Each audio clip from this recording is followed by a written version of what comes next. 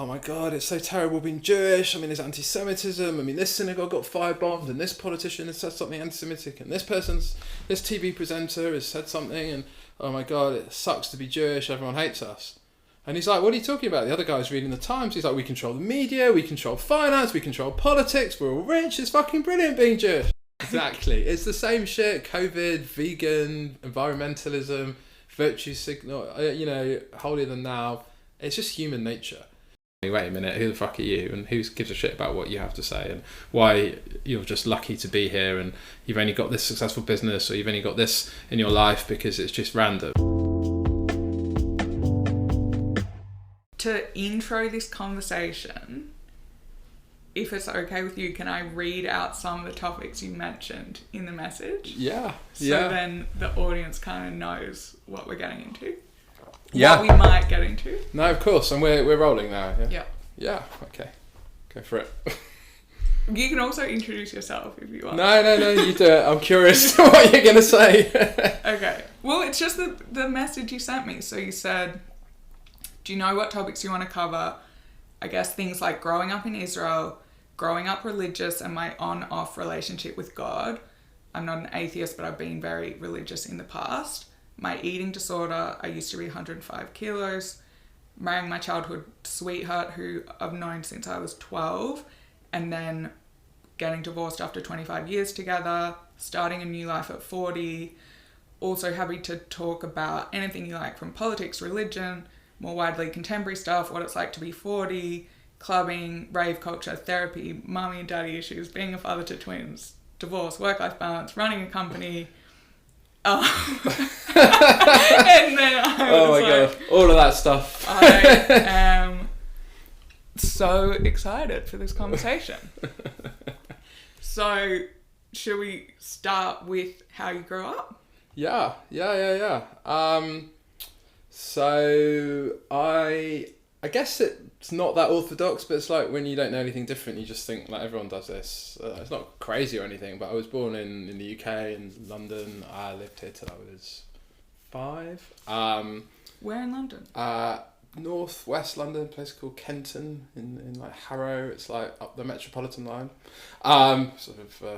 Very niche London reference there. Yeah. Well, because for audience context, we're sitting in Brixton. We're sitting in Brixton. This is like south, I don't even know, southwest, I think. So yeah, it's a bit out the way. It was quite a sizable Jewish community at the time, certainly. So that was sort of the environment I grew up in.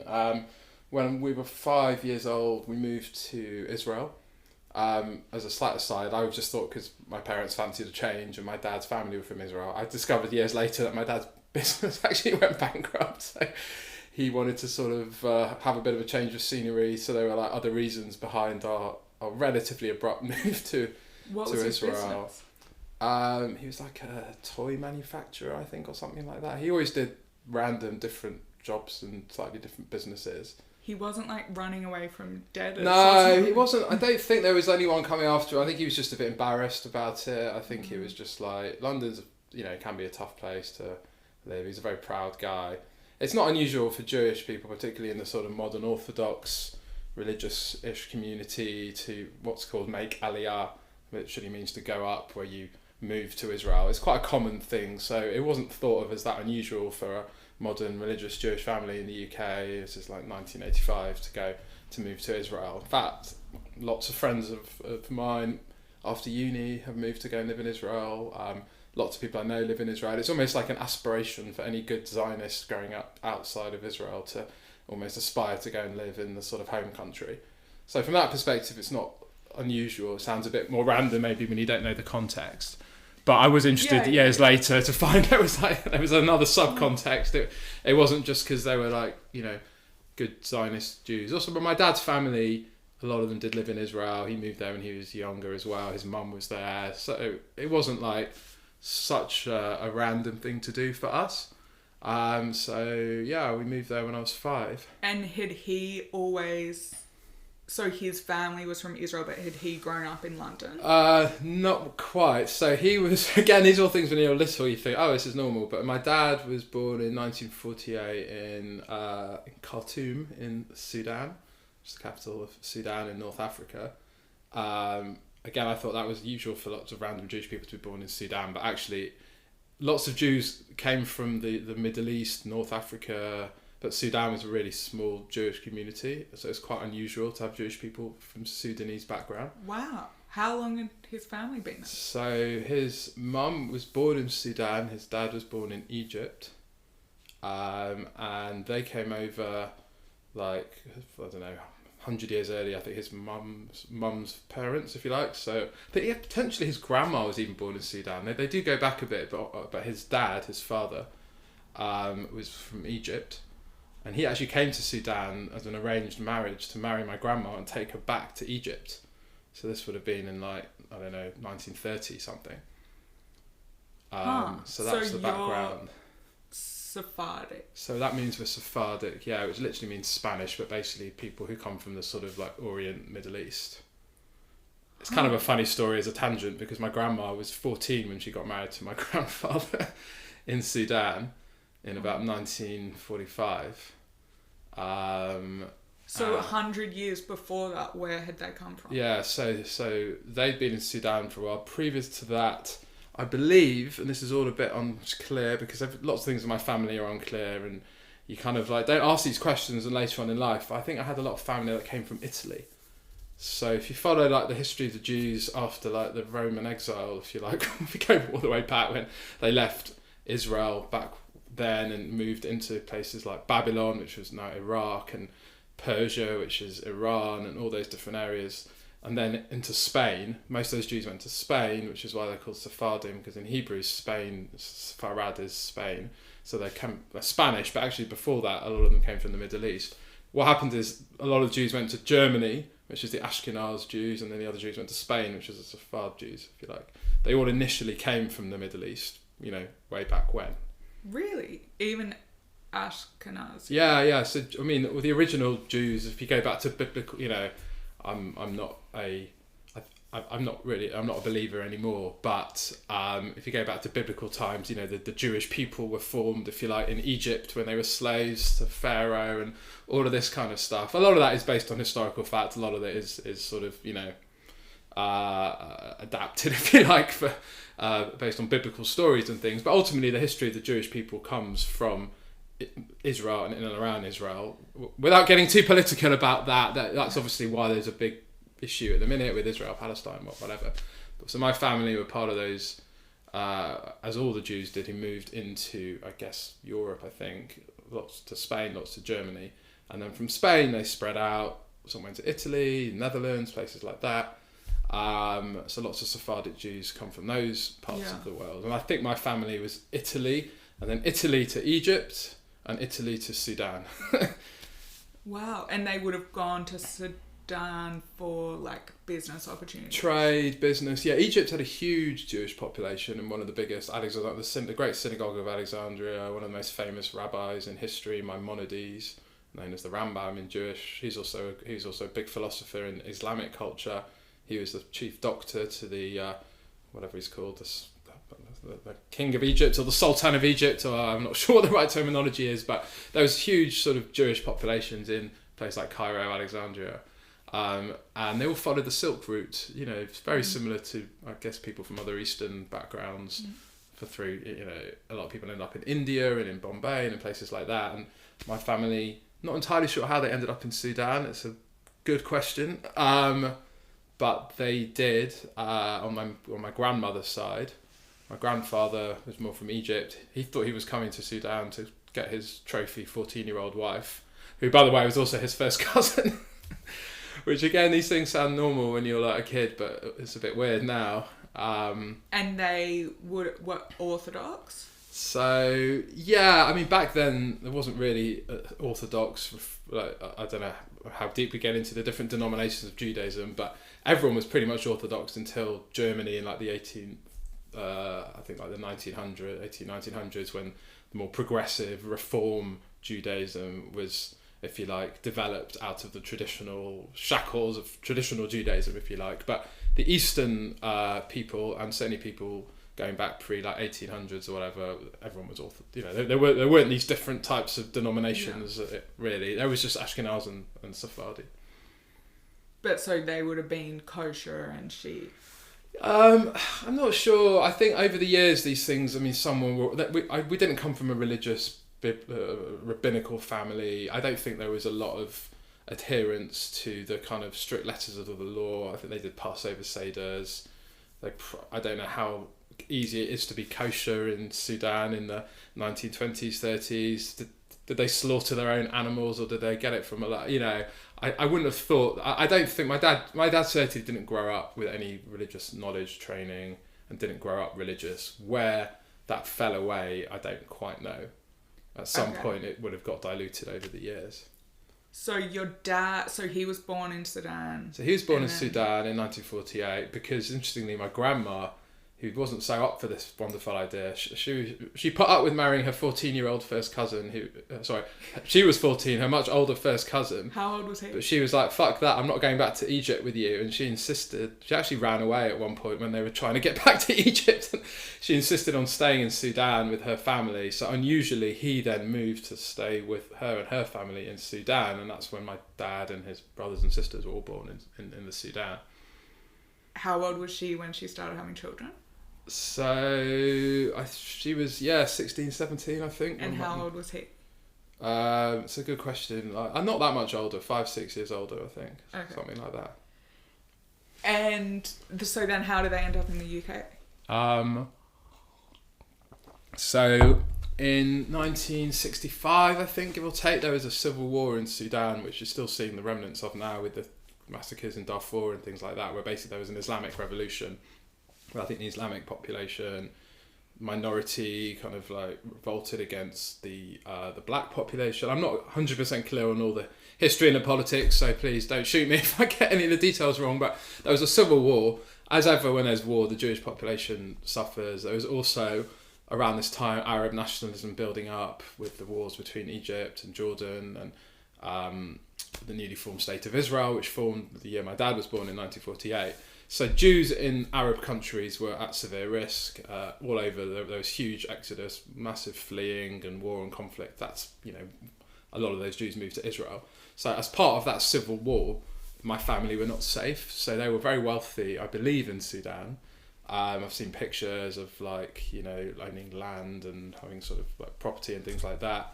And it's one of those stories. The business was? I know this is a traditional sort of stereotypical Jewish business back then, and one which has received a lot of like racist attention and things like that. But I think my great grandma was a moneylender, and she was some sort of political influencer. This is unusual for a woman in that time, obviously, as well. I know local politicians used to come and see her. I think she was quite wealthy. She donated to parties, and her opinion was considered quite important. My family is a real matriarchal family, particularly on that side. So I know my grandfather was a mechanic, so he didn't have that kind of. He didn't come from wealth or anything like that. But yeah, they fled Sudan in between about 1964, 65 and 1966, 67, literally with the clothes on their back. There's stories of having to wear all their expensive clothes, all their jewellery, shove their rings up their backsides and literally just like flee with everything. And then they left in stages. So the kids went first. So my dad and his one brother and two sisters went to live in Israel on their own for a few years. The parents followed shortly afterwards as well. So it was interesting childhood and obviously a bit of trauma there. And then from Israel, your dad moved to... So then my dad, a bit unlucky really, because he'd fled a civil war in Sudan only to arrive for another war in Israel in 1967, which was the sort of quite famous 6-day war when all the Arab countries were at war with Israel. So he was enlisted into the army almost straight away, lived in a kibbutz for a few years, or a year or so, I think he spoke a bit of Hebrew, learned a bit of the culture, and then straight away was enlisted into the army. A kibbutz is one of the communities where you... Yeah, they're like the sort of old Soviet-style collective farms, and they were... Israel has got a sort of like socialist background, and a lot of the founders of Israel came out of Russia and things like that. So the idea of these collective farms were very popular in Israel. In fact, at one stage in the 60s, 70s, it was really popular for English people, not just Jewish people, to go and do like a year off living on a kibbutz and it was sort of considered a sort of, kind of a social, a bit like you go travelling to Peru now, like in the 70s, you might have gone to a kibbutz for 6 months and worked on the land, and it was all kind of, all a bit jolly. So that wasn't his experience. He was plonked in like this, bit like a migrant centre here. I mean, my family are refugees, so he was a refugee to Israel, like a migrant centre. They were in kibbutzes because they had lots of land where they could house people. Not lots of land, but there was space, and they learned Hebrew, and they kind of like became Israeli citizens. He enlisted in the army. Because what would they have spoken before? So his good question. So Arabic is his mother tongue, still to this day. And has he told you all this? So I mean, this is like you pick up in bits. I mean, a lot of this has come from him, from my uncles, my grandma, I guess, my cousins. Or has it been your interest in the history that, like, was it kind of forced into you of like, listen to our refugee story? It's a good question. Yeah, I think it was just, I don't even know. I think a lot of this was just stuff I was like brought up with. We're not a big chatty family sitting around the campfire talking about. There's a lot I don't know. There's a lot of gaps in the information. There's a lot of things which I look back on. Does that make sense? I don't know. But yeah, this was just part of my childhood. Sudan was a big part of it. My family all spoke Arabic. My mum, who I get to was English, was always like, oh my God, they're all speaking Arabic. What are they talking about? It always sounds like they're arguing. My earliest memories of like my dad and my grandma and my uncle all screaming at each other in Arabic, eating like weird food. And, because I was this kid from London who was like, plonked into this environment from time to time. So they were very, very Arab, everything from like eating with it. It was a very Middle Eastern culture. And I had this sort of British mother and like North African father. So it was a kind of, it was a weird mix. But he ended up in the UK because after the war, like a lot of people in Israel, he thought, well, fuck this. I want to go and travel. He went to live in Holland for a few years. He worked as an air steward for Dutch Airways, randomly. Came to the UK, lived in like West Hampstead, I think, round the corner, interestingly, from where I used to live, and then met my mum. I love West Hampstead. Yeah, and then met my mum in London in like 1970s, early 70s. And then did the whole family come over, or your memories of your grandma and everything? Yeah, they all stayed. In Israel? Yeah, they all stayed. My grandma and two sisters stayed in Israel. My dad and his brother moved. Kind of similar in sync a little bit into the UK. They both lived in London. They both married British women. Huh. And what's your mum's background? So mum is, I guess, a bit more traditional Jewish background. From the UK perspective, she was born in Manchester, in a place called Prestwich, like Salford actually, if we're being specific. A very Jewish area of Manchester. Her parents were from the south.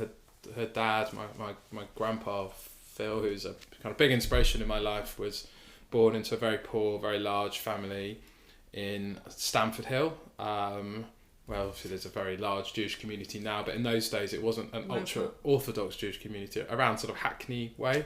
Now it's full of the very traditional ultra-Orthodox with big hats and Hasidic Jews. Yeah, well, Hasidism is a sect of ultra-Orthodox, if we're being technical, but yeah, they're not all Hasidic Jews. Yeah, but they look similar. So Hasidic is just famous because that's like some of the big US, like the Williamsburg. Yeah, but they're not all Hasids. I'm being a bit pedantic, but in Jewish. No, explain it. I'm super interested. So again, like I'm not like an expert in all of this, but there was in the ultra Orthodox movement going back into like the 16th, 17th century. There was a split between what's called the Hasidic Jews. I'm loving the tangent, by the way. The Hasidic Jews. And I think what are called the Mithagnim, and I'm not sure the English translation for that, but I think that basically one is spiritualist and one is like more traditionalist. And this is in Eastern Europe? This is all in Eastern Europe, and like Russia is so Poland. They're all like, this is all Ashkenazi, yeah, pretty much. It did cross over a bit into the Sephardi later on, but there was a huge rift in Judaism between Hasidic Jews and I think they're called the Mithagnim, so they called it Hasidic is a kind of like spiritual, really extra spiritual Jews versus the ultra-Orthodox Jews who are more traditionalists. one was a bit happy clappy, and one was a bit like, let's get down and study the text and just focus on the literal, not the literal, but let's focus on the hardcore studying aspect of Judaism. The other ones were like a bit more into the spiritual side of it. Interesting. Okay, so if you see someone with the curls... Yeah, they're called payot in Hebrew, but the curly sideburn thingies. Because it's something the Bible says, don't cut the corn. Yeah, there's a biblical passage about not cutting the corn. Yeah, exactly. You need to sort of keep that part of your hair long. And then the hat, the fur... Yeah, well, the hat is a whole different thing. We could spend 2 hours talking about the different hats. You know, so careful where we go on this. But so if you see someone like that, you can't just assume you can't assume they're they're Hasidic Jew. Yeah, you could say they are Haredi Jew, which is the Hebrew for basically strict, i.e. they keep all the laws and extra, and they don't fuck about. I mean, these guys, you might say fundamentalist, but that has kind of terrorist vibes. But strict, ultra-Orthodox, and Hasidism is a big, but as part of the ultra-Orthodox. So a lot of the ultra-Orthodox guys and women you see walking around Williamsburg in the US, obviously, Stamford Hill, Hackney, Golders Green. Yeah, if one is being strict, they're not all Hasidic Jews. Seven Sisters as well, is there a community? Yeah, that's all around there, around Tottenham. Yeah. Okay. But that's where all the Jews initially came. So now they're all the ultra-Orthodox Jews. But before, there were Jews living in, like, you know, well, everywhere, from Hampstead to Richmond to Kenton, where I was brought up, and all different parts of London. A lot of them started out around Stamford Hill, which is where my grandpa, they weren't religious, they didn't wear the black hats, they didn't have any of that culture. They were just refugees / immigrants coming from Russia, largely. So they're Ashkenazi? They're all Ashkenazi, yeah. So my grandfather, my mum's side, his dad was born in Warsaw, which was Russia, but now Poland. His mum was born in Paris. They met in the UK. Neither of them were born in the UK, but they were, my grandpa was born in 1920, so his family moved over in the 1900s. As part of the immigration, or fleeing the pogroms of Russia, basically, which pogroms are, for people who don't know, around the 1800s, 1900s, Russian purges, if you like, not purges is the wrong word, organised violence by local populations of Russians against Jewish communities, looting, burning, beatings, killings, that kind of stuff, to try to drive out or harass the Jewish communities of Russia. If you want to know more about this, watch Fiddler on the Roof, because it's kind of a fun movie. I've seen the... Have you seen the movie? I think I saw it on Broadway. Everyone likes the songs, but the subtext to it is the Russian Cossacks beating the shit out of all the Jews, which is why they flee, and that's why when one of the daughters falls in love with a Russian, it's so there's these small Jewish very large but closed Jewish communities living all across Russia. And gradually they were all driven out of Russia. Not all, but there was actually still to this day lots of Jews in Russia, but a lot of them were driven out, moved to the US and the UK in like the 1800s. There were several waves of pogroms, 1800s, early 1900s, and my family were part of that. So they arrived, my great-grandpa Judah in like 1901 or something arrived in the UK. My great-grandma Rosie came from Paris. Not sure what drove her family from France to the UK, actually. I don't know that story because there's a large French Jewish community and that wasn't harassed in anything like the same way. It was in the Second World War, but not in this time. So that's how they, on my mum's father's side, ended up in the UK. And then my grandma, my mum's side, they go back quite a few generations in the UK, so they were here. My great-grandpa and my great-grandma on my mum's side were all born in the UK, which is kind of unusual for British Jews because people don't often go that far back. Wow, so you're like an original British Jew. Well, 1 out of 4, if you like, to take my So my father wasn't born here, but on my other side, I've got 2 great-grandparents who were born here. So I'm a mixture of British, I guess, like going back a little bit, but also quite foreign. which is, by the way, a bit of a story of my life, which is often like being a bit of an insider and a bit of an outsider, and not being quite sure where I fit, because my family is a mixture of sort of being insiders but also outsiders, which is not untypical of a lot of Jewish immigrants, even to this day. That was my question before about Ashkenazis originating, like, so that's way back, because it's like, isn't it like you can kind of tell if someone's Ashkenazi or Sephardic? It's hard. I mean, can you tell if I mean, you probably could, but I guess I'm half and half if you count my family. Most people see me with darker skin, relatively darker skin. We're talking like, obviously we're on a podcast here, but Mediterranean, like people think I'm Turkish, Italian, Greek. You know, a lot of people don't, you know, I get the whole, oh, where are you from? Oh, I was born in London. Oh, where are you really from? Really? Yeah, all the time. What? Yeah, all the time. Just in look Brixton. like a regular white guy to me. Yeah, I get it all the time. I get it mostly from black and people of colour, interestingly. Maybe because they feel they can say it to me, whereas white people don't. Just the other day in Brixton, we were chatting to this guy by the station, and he was like, oh, where are you from? And I said, London. He said, no, where are you really from? Huh. And I said, Egypt. And he goes, I could tell. Why did you say Egypt as a joke? Because I didn't know if you'd heard of the Sudan, and to explain my family history is complicated. So my skin colour is probably, it has an Egyptian, it's probably more Egyptian than anything, I guess. I don't know. Okay. So, back to, sorry, I've covered a lot of stuff that is actually not that much about you. So, back to you moving to Israel when you're 5. Yeah. And how you grew up. So I moved to Israel when I was 5, which was, I guess, kind of traumatic. Like, you don't think about these things, but you're uprooting your life and your friends and all the rest of it, and sort of go to a foreign country where you don't know anyone. A lot of my childhood, I guess, in Israel, I was like the British guy, and like when I then later on moved back to the UK, I was always a sort of Israeli. Even amongst Jewish community, I was never quite comfortable where I was. If you like, I was always something else. So moving to Israel, even though there are lots of Anglo people living in Israel, whether they come from like South Africa or Australia or America, Israel's a real melting pot of Jews from all over the world, particularly like the English-speaking world.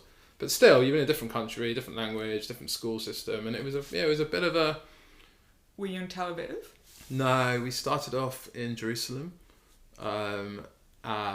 And then we moved, it's too religious a bit, like Jerusalem's a pretty hardcore religious city.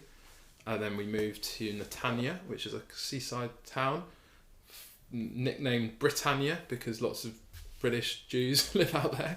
So my family felt a bit more comfortable. Red Sea.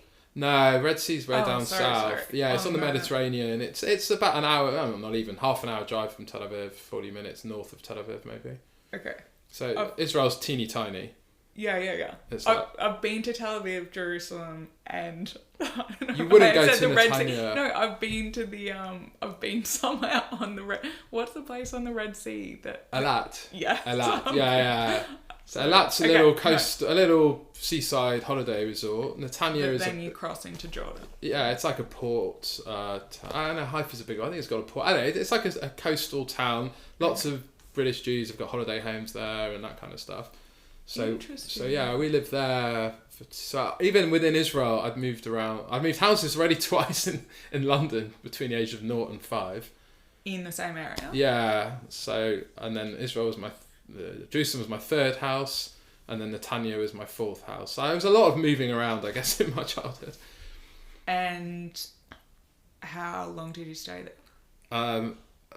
Till I had my 10th birthday, I remember, back in the UK. We moved back in 1989, I think. So I was 10 in 1990. And this time we moved to Manchester, not London. So you had to learn Hebrew when you were in? I had to learn Hebrew, yeah. I didn't speak it. I was only 5, 6 when I went there. So yeah, I had to learn Hebrew. And you just went to a normal Israeli school? I mean, there's a bit of a theme of moving around. Not entirely sure why. I went to like 3 different schools in 5 years in Israel. I think 4 actually. Why? Well, first one, which I remember really fucking hating, was because the schooling system starts a year later in Israel. So I just left this. I was like 5 in England. You were in reception. You were in big school. I then had to go back to nursery in Israel because they don't move into big school until they're primary school until they're 6. I remember being absolutely furious that I had to go back to nursery. And I was like, I'm tall, you know, people in the podcast can't see, but I'm pretty tall, like, you know, 6'3", you know, 1.89 meters, and I was bigger than everyone. And I'm back in nursery. I actually don't have that many there's a lot about childhood I don't remember, interestingly, but I remember being furious about that. And then I changed schools like 2 or 3 times in Israel, because the first school I went to, I mean, our parents didn't have a fucking clue, right? You know, they're in a different country. Israel is a bit of a wild west, particularly back then. Everything's different. So they just put me in a school that was near where we lived. I remember having to take like 3 buses or 2-3 buses I was 7 years old, getting like 3 buses across a major city with like 1 million people.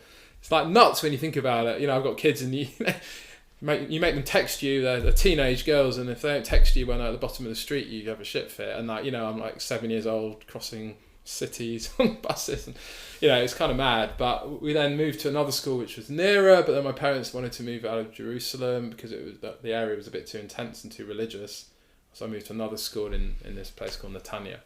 So lots of different sort of school environments. Do you have siblings? I've got a younger sister, who, I mean, how much younger is she? She is 5 years younger than me. Okay, so she would have been... So she was born just before we went to Israel. It's kind of an interesting story there as an aside. She was actually adopted because my mum couldn't have children after me. So we lived in Brazil for a little while before I went to Israel. Not for long. I actually can't remember how long, maybe like 6 months in Brazil. How come? Because that's where my sister was born. Wow, so you found the... How does that work? Again, it's one of these things where you sort of take it as read. Like, I don't even...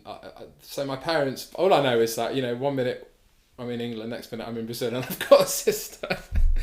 So yeah, I think they went through an adoption agency, and yeah, I think it was a few of them. They knew some other people who'd also done the same, and they adopted basically a homeless, you know, someone. I don't know if she was homeless.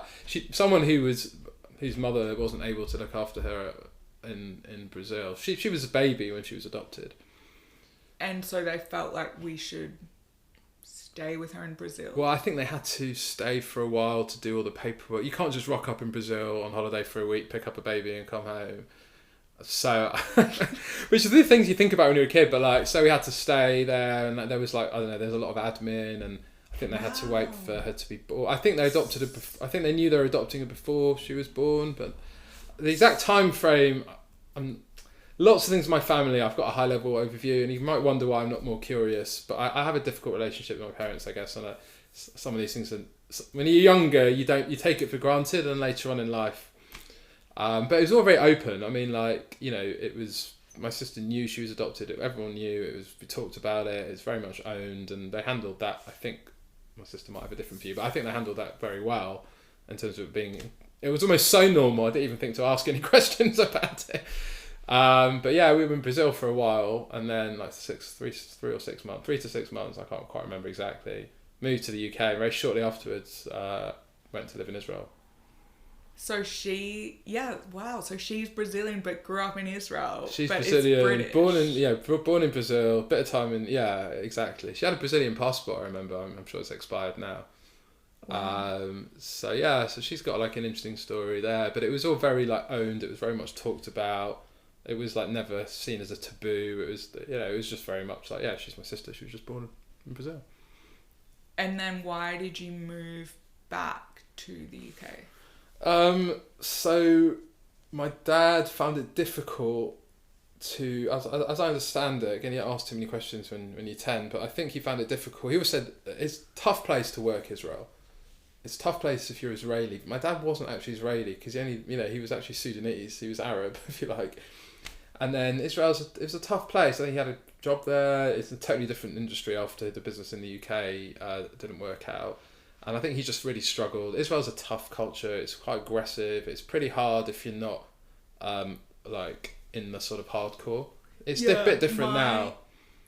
Well, my kind of feeling was it's like New York, but like, or this is Tel Aviv, that's like New York, but like even more intense. Like if you think it's like you literally get like pushed out of the way on the street. Yeah. And that, I mean, so Israel is the most caring, kind, considerate, loving culture you'll ever experience. If you, in the UK, if you fall down in the street and bang your head, like 25 people will step over you before anyone bothers to help you. Not in the UK, in London.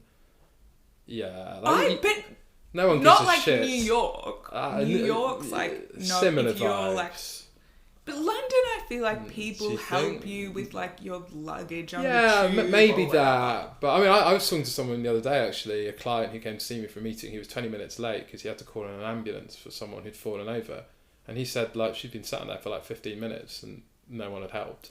Actually, if my mum's listening to this, she did fall over on the street in London and no one helped her.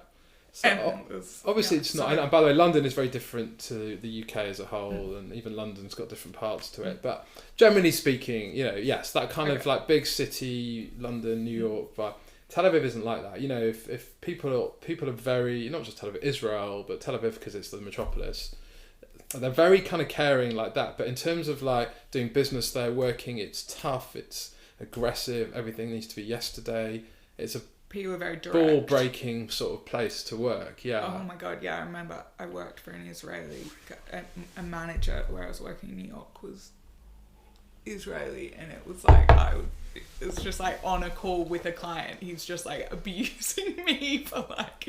Yeah, well, I mean, like in a business meeting, they'll tell you, like, that's fucking bullshit, you gotta sort it out. But then like, oh, do you want to come around for dinner and like bring your wife, bring your kid, like we'll make a dish, like how are you, is everything okay? And if something happens to you, you get like, if you were ill, they'd be round at your house with like chicken soup and a meal, and so it's kind of like it's a tough working culture, but it's a very warm, nurturing, and again, maybe talking a bit generally, as the country has adapted and developed, maybe has become a bit less of a sort of community feel. I mean, Israel today is borderline on civil war at the minute, if you read the news and stuff, but generally speaking, it has that kind of warmth about it, but in a business context, it's hard.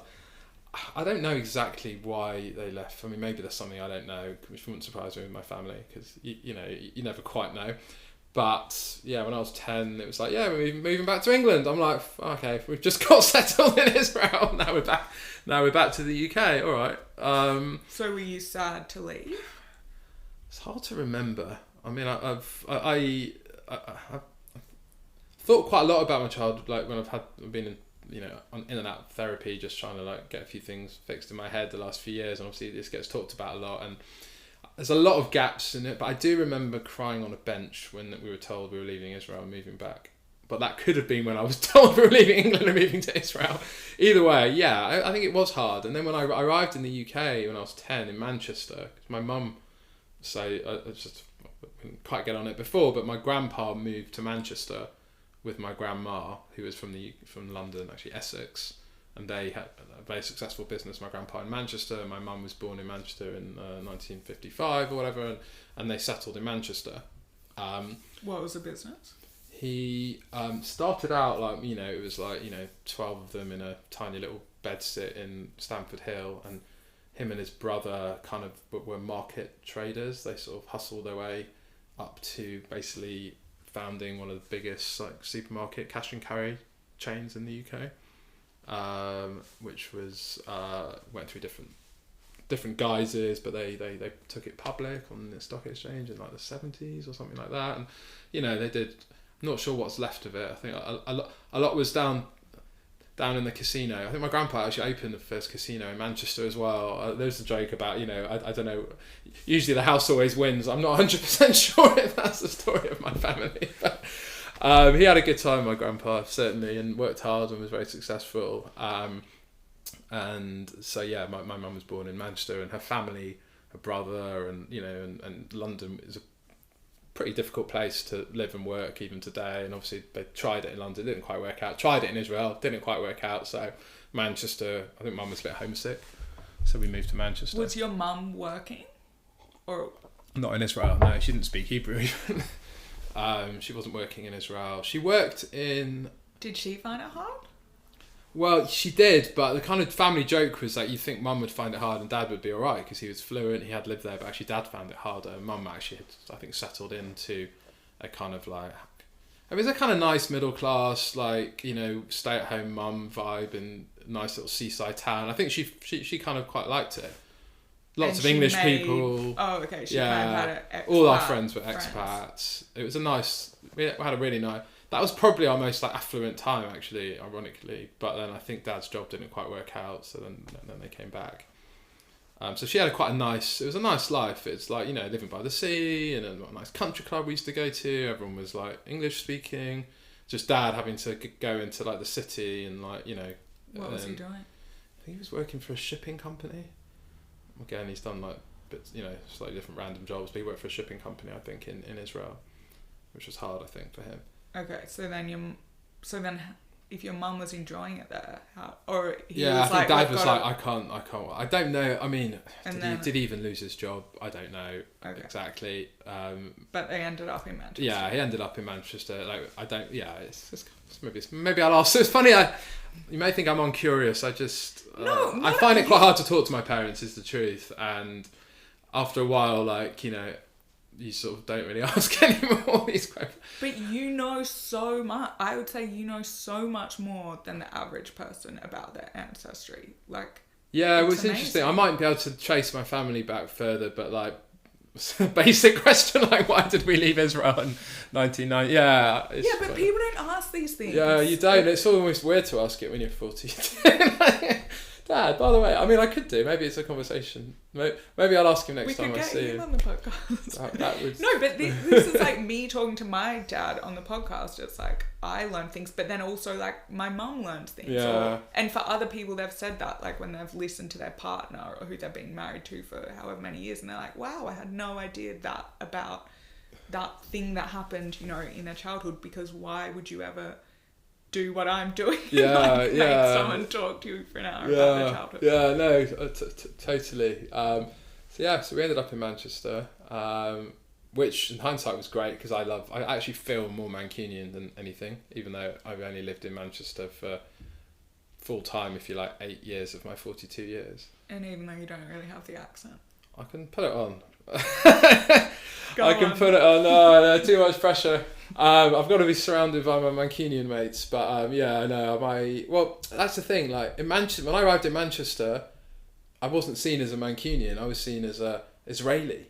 I was this funny, dark-skinned, like, who the hell are you? And Manchester was a kind of closed community as well. Not closed, like, it was pretty insular, and like Jewish communities can be quite insular, not necessarily in a ultra-orthodox way, but in a kind of like they stick together. And within Manchester, the Mancunian Jews like distrusted the London Jews, and I guess even more the South Manchester Jews didn't like the North Manchester Jews. And even within South Manchester, there were different communities. It sounds a bit ridiculous, but everyone's a little bit, you know, a bit insular. So I kind of rock up as this like, you know, tall, fat, dark, Araby-looking Israeli foreign kid. Were you actually fat? Yeah. I was pretty fat for most of my life until I was about 35 or so. I know again, it's on a podcast, you wouldn't people are like, yeah, I lost. No, we can get into that. It's another conversation. But yeah, and I lost a lot of weight in my late 30s. So when I say fat, I was just this big, very noticeable. I wasn't like obese fat because I'm tall and whatever, but I was just this like big, fat, dark, and I just, I was very noticeable. I was always getting in trouble for school. 20 kids were talking, messing around, and "Oi, Cohen, you!" I'm like, "What the fuck are you picking on me?" Because I'm taller than everyone. I was just a bit louder. So I felt very like an outsider. It was kind of like we're in a therapy session here, but no. Anyway, it was weird because I was like seen as this Israeli, but then in Israel, I was seen as the English guy. And then also the whole Sephardi Ashkenazi thing is quite a big deal when you're a kid. Like when everyone is European Ashkenazi, even the food and things like that. And my family were a bit different. And so were you at a Jewish school? So I went to a Jewish school for like a year, and then then it was secondary school time. But it was a tricky time because I joined right at the end of primary school, and when everyone was doing their 11 plus entrance exams and things like that. In the UK, when you're 11, you kind of sit tests if you want to go to like a grammar or a independent school or you move up to a state school if you don't do the exams. But either way, it's a big transition period. So I kind of got dropped into that. My English wasn't amazing because I lived in Israel for 5 years. So it was quite a lot of adjustment. What your accent was like? Did you kind of have I think I had probably a generic southern accent because I learned to speak English in London. Although my mum's Mancunian, my dad's got a slightly funny-ish foreign-y. I mean, he refuses to admit he's got a foreign-sounding accent, but like he definitely doesn't sound like he's native British. So my accent was a bit of a mess. But it was still because you were still speaking English at home. I was speaking English at home, yeah. Hebrew English at school. home, Hebrew at school, English at home. So it's more your Hebrew's accented. Yeah, well, I didn't have an Israeli. I didn't have an Israeli accent or anything. So. I'm imagining you weren't that great at Hebrew, but maybe you were. Yeah, no, I was. I remember when I moved back to the UK, I thought in Hebrew. Hebrew was my first language. Wow. Yeah. I was. Oh, because you just absorbed it at school. Yeah, those ages, it's just like I spoke Hebrew with most of my friends' parents were immigrants to Israel from English-speaking countries, but we all spoke Hebrew, the kids. Interesting. Yeah. So then I had to adapt to speaking. I used to translate from Hebrew to English. So did you have a bit of a? Yeah. So that's what I'm wondering. Did you have a bit of a Israeli accent? I didn't pick up an Israeli accent. You've got to really be hardcore Israeli to have an Israeli accent. A lot of Israelis who speak fluent English. No, because I had a sort of generic soft southern accent, I guess was. But my accent now I'm living in London. I spend my time with a lot of people either who aren't British or who are from London. When I'm with my Mancunian friends, if I go into watch my beloved Man United or listen to a Man United podcast, there you go, cast. You see, I do podcast. I do have a few little northern twangs in there, but depending on who I'm with, my accent adapts a bit based on who I'm with. That's something I've always learnt to do, partly fitting in and having to sort of adapt myself a bit to my surroundings. But my default is kind of a generic. I enjoy telling people I'm from Manchester because they're like, what? But yeah, I did love living in Manchester though. So you were at a Jewish primary school? I was at Jewish primary for a year, and then I went to an independent secondary school, which was, there was a few Jewish kids there. It wasn't there were one or two which were more Jewish, if you like, a higher percentage, but there was 10 Jewish kids in my year out of 100 or something.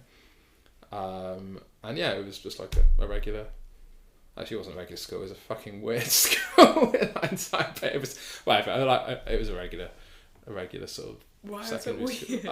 I don't know. I just look back on it. It was there's some fucking wrongins went to that school. I tell you, I don't know. I look back on some of the people I went to school with, and it was a bit. It was how do I describe it? It was kind of privileged but not super smart people.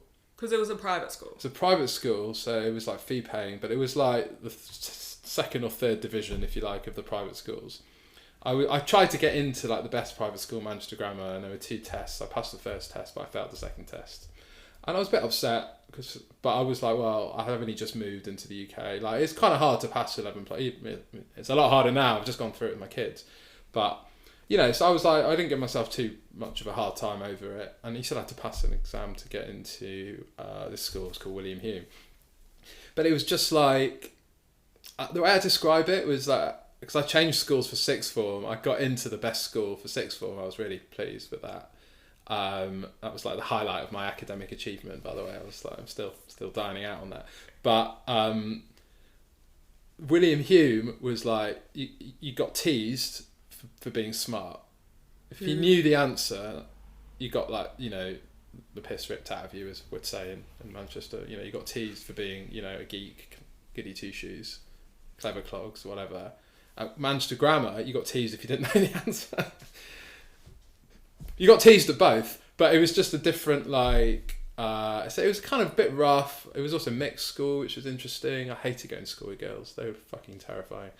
And not in the way that you think. Not in I can't talk to girls. Because I had quite a lot of female friends, and I've always have done in my life. But some of these girls fucking beat the shit out of you if you looked at them the wrong way. I'm not talking about it was just, it was really run by a real tough core of like mean girls who like, you know, they were like the bullies of the school, a lot of them, and they'd bully the shit out of a lot of the boys as well. Like, and I felt like really intimidated, not because I can't talk to a pretty girl, it was like, or whatever. It was just like literally physically scared of something. It was not. It was a pretty tough environment. I kept myself to myself with a couple of mates, and I you know, there was danger on every but this is like in theory a posh private, you know, and it was just interesting because it wasn't like were they like, were girls physically beating people up? Oh yeah. There's this one girl, I won't say her name, my year, who like literally should, like, if you looked at her the wrong way, should like chin you. Wow. Which is Mancunian for head, but you know, she was tough. Like, yeah, you know, there were boys who were bullies as well, of course, and I'm sure some of the girls, looking back, maybe they probably felt that some of the, you know, it was a bit of a toxic culture. You know, maybe they were defending themselves against other people, whatever. But it was definitely for what should be a sort of like posh private school. I mean, was like, not that private school versus state school means you should get beaten up or not. Obviously, you know, hate mail coming now, but like, you know, it's just funny. I'm just looking back as a parent where you think like, oh, you know, you'd want to send your kid, you know, if you could afford it to, you know, you wouldn't expect to pay all this money and have, and also an academic culture that kind of rewarded mediocrity as well. Like when I left to go to Manchester Grammar, my housemaster said, you'll be back within 3 months. Like, you know, don't go there, you're not smart enough, you're going to fail, like all this sort of stuff. And it just made me go, oh, fuck you. I was like the first person to, I think one of the first people to move from, I mean, we're talking about like 100-year history, to move between the two schools, like to kind of like go up a level, if you like, and they tried to drag me down. I think one other guy did it, and I don't think he even lasted 2 years for sixth form at Manchester Grammar, I think. Huh. So, and I went to, it was an all boys school, sixth form, which I loved just being, I mean, it was also brutal, but I was a bit traumatised from going to school with like, I don't know, felt, that said, a couple of my best female friends, actually, one or two I'm still friendly with to this day, were at that primary school with me as well. So I never had trouble making friends, whether girls or boys, but I just much preferred the single sex environment as a boy. It just felt like a change, but I think that's partly because William Hume was such a rough school. Interesting. And was that where you met your ex-wife as well? It was around that time. I met her when actually, I met her in so she's from Newcastle, so from the northeast of England, and we met when we were 13, because I used to go on like a Jew camp. I call it Jew camp. It was a Jewish youth movement. You know, seen American Pie? You know, this one time at band camp. It was like this one time at Jew camp, and it was like we used to go, and it was like a huge, you know, it was a huge part of my childhood. I was like massively into this every movement. Summer. Yeah, it was called B'nai Akiva, which stands for the Sons of Akiva. Akiva was a famous rabbi in the sort of like Talmudic period around the Roman occupation of Jerusalem in like the sort of, I don't know, 1st century or something. And it was a religious, modern orthodox Zionist youth movement, aka Brainwash Central. Can you define Zionist as well for us? Yeah, so a Zionist is someone who basically believes in, that's a really who loves and wants to support the state of Israel, and believes like it's Jews have a responsibility to live in Israel and to support and do everything possible to kind of make the state strong and secure, and as it's a homeland for the Jewish people. That's basically Zionism. So the whole ideology of B'nai Akiva, BA, was be religious, believe in God, move to Israel. It was like a factory for people to move to Israel. Because they believed that Jewish people had an obligation to go and live and settle the land of Israel, and that's where Jews should rightly be.